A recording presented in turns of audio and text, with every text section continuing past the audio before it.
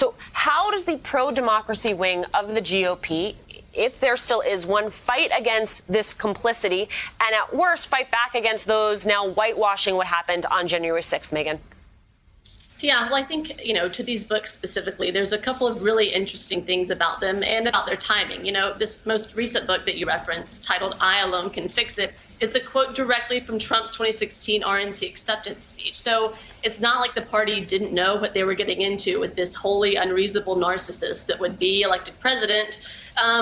Yes, some of these books are late to the game, but we knew this whole thing coming into it. The Republican Party and all of Trump's sycophants just kind of chose to ignore it. What I think is interesting about Kevin McCarthy and so many in Republican leadership continuing to just bow at this Trump altar is, right now, Kevin McCarthy doesn't really have another choice.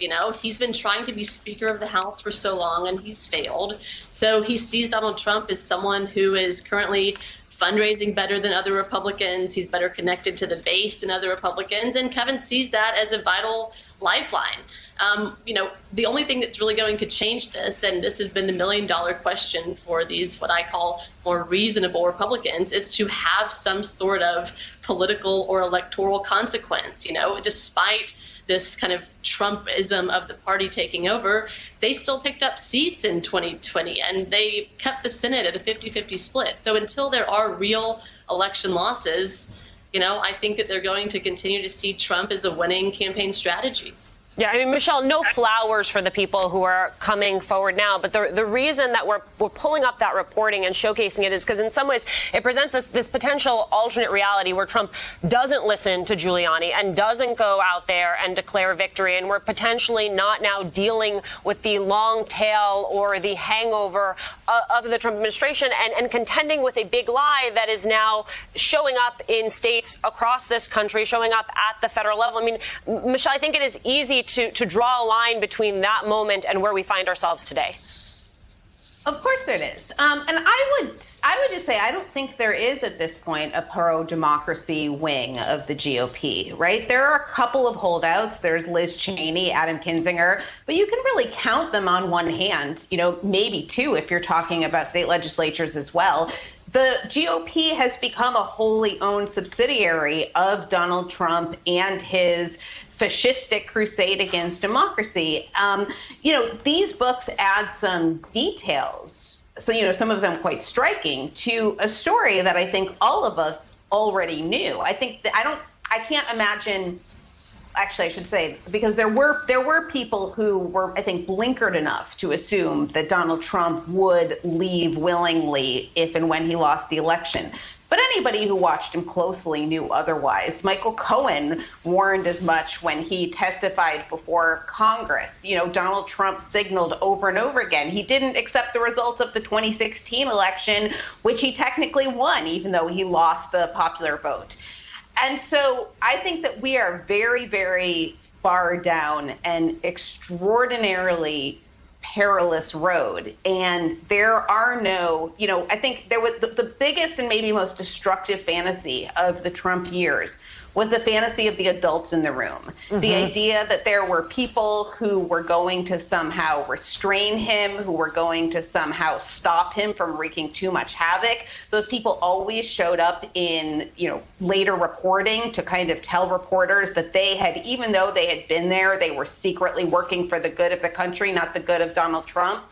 But that had never been true. All those adults in the room did was legitimize the most destructive presidency in American history. Right. Megan, if there was a fantasy of adults in the room, maybe there's also a fantasy of adults in the Republican Party, because we're seeing the Trump loyalty tests play out in the states. You have state GOP leaders endorsing primary challenges against sitting senators in favor of more Trumpian candidates. I mean, where does that leave the party? In a really bad place. I did start to see a little bit of a light when the most recent campaign fundraising numbers came out earlier this week. There have been a handful of candidates, primary challengers that Trump has endorsed that weren't doing as well as the more moderate, we'll say, the less pro-Trump Republicans that are running in those races. So, I think there is potentially some light at the end of the tunnel. And as one who is still a registered Republican, I think if we're going to have a functional democracy, you need to good, strong parties. And right now we're trending in the direction of not having a strong Republican Party, and one that is just, as y'all said earlier, just this party of Trump. So, we keep thinking that this is going to turn around, but with meetings like Kevin McCarthy is having with Trump, and so many Republicans, Elise Stefanik, just switching things around and hitching their wagon back to Trump, it's going to be tricky. And as I said, until we have some real consequences, which we may have in 2022, they're going to continue on down this Trump train.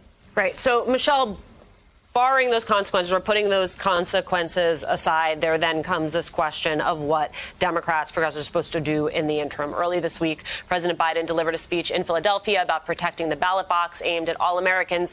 But David Graham with The Atlantic argues that Biden spoke to an America that just doesn't exist. He writes, quote, Biden's speech assumes a unified American people who support democratic norms. And it assumes that once they understand the threat posed to those norms, they'll be willing and able to fend it off. That nation is a chimera. Many Americans support these attacks on democracy, and those who don't face a system stacked against them. Michelle, I wonder what you make of that analysis, right? Because I think the one thing everyone agrees is this is incredibly hard to message on, because it should seem obvious, right? It should seem obvious that democracy is at stake here, and yet it doesn't seem to be that simple. Well, I would disagree slightly in that I think that those Americans who see the deck stacked against them do represent a very slight majority, right? They don't represent all of the country by any means, but they certainly represent a larger slice of the country than those who would burn our democracy to the ground if it means that people like Donald Trump can't rule it. The problem, as David Graham said, is that our system at multiple levels is stacked against majority rule. And, the threats to democracy are growing both in terms of just demographically, as the distance between the most populous states and the least populous states grows. They're growing, because of gerrymandering, which could hand the House back to the Republicans, even if they don't win any more votes than they won the last time around, and because of these voter restriction measures, voter intimidation measures. One of the most, I think, egregious parts of this proposed Texas bill is that it would allow anybody to act as poll watchers and harass people who are going to the polls. I mean, imagine a bunch of armed Proud Boys or armed 3%ers or, sort of QAnon fanatics hanging out at the polling place, harassing people as they come in and having nothing that the law can do about it.